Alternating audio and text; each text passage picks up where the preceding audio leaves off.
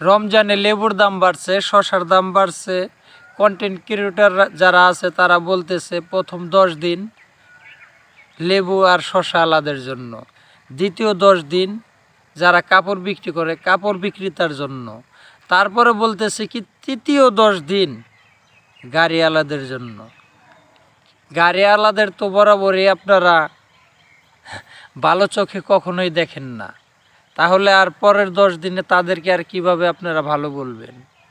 আপনি কি একটা বড় চিন্তা করছেন যে গাড়িটার 10 দিনের শেষে আপনার এই 27-28 রমজানে যখন আপনি রোজায় বাড়িতে যান, ঈদের যাত্রা শুরু করেন, যে গাড়িটায় আপনাকে নিয়ে রেখে আসে সেই গাড়িটা যে আবার ঢাকাতে কিংবা আপনি যেখানে থেকে যান সেখানে খালিভাবে ফিরে আসতে হয়, তাহলে আপনি যাবার সময় যে ওর খরচটা দিবেন, আসার সময় খরচটা কে দেবে?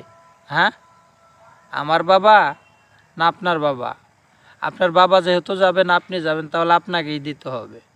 সো গাড়িওয়ালাদেরকে নিয়ে উল্টা কথা বললেন না।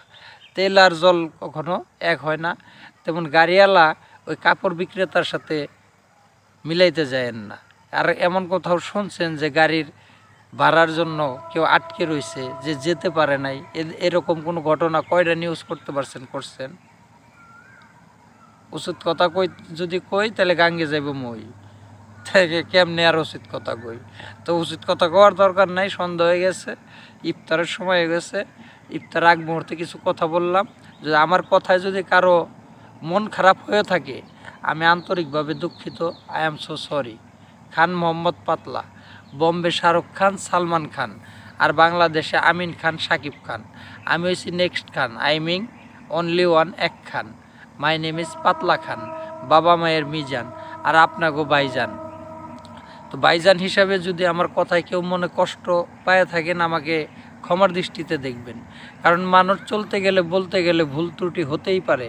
কারণ আমার একটু খারাপ লাগছে এই জন্য, কারণ আমিও কিন্তু গাড়ির কাজ করি, খাই, যার কারণে আমার বিষয়টা একটু মাইন্ডেই লাগছে। কেননা হাতের 5 আঙ্গুল যেমন সমান না, সব গাড়িওয়ালা সমান না। যেমন আমি কিন্তু একজন গাড়িওয়ালা, আমার কাছে যদি 500 টাকা টিকিট হয়, তো ওই মুহূর্তে যদি কেউ আইসা বলে যে আমার বাড়ি যেতে হবে, কিংবা আমি যে একটা প্রয়োজনীয় কাজে যাচ্ছি, আমি আটকে আছি, তারা কিন্তু আমি নিয়ে যাই, এই রেকর্ড আছে। ঠিক আছে, অসংখ্য মানুষকে এভাবেই নিয়ে যাব। টাকার জন্য কাউকে কোথাও রেখে যাব না, কিন্তু জানি না আমার মতো সব গাড়িওয়ালা কিনা। তো এক কথাই বললাম যে হাতের 5 আঙ্গুল সমান না। তো ভালো থাকবেন, সুস্থ থাকবেন, যে কোনো সময় আবার দেখা হবে নতুন কোনো ভিডিওতে।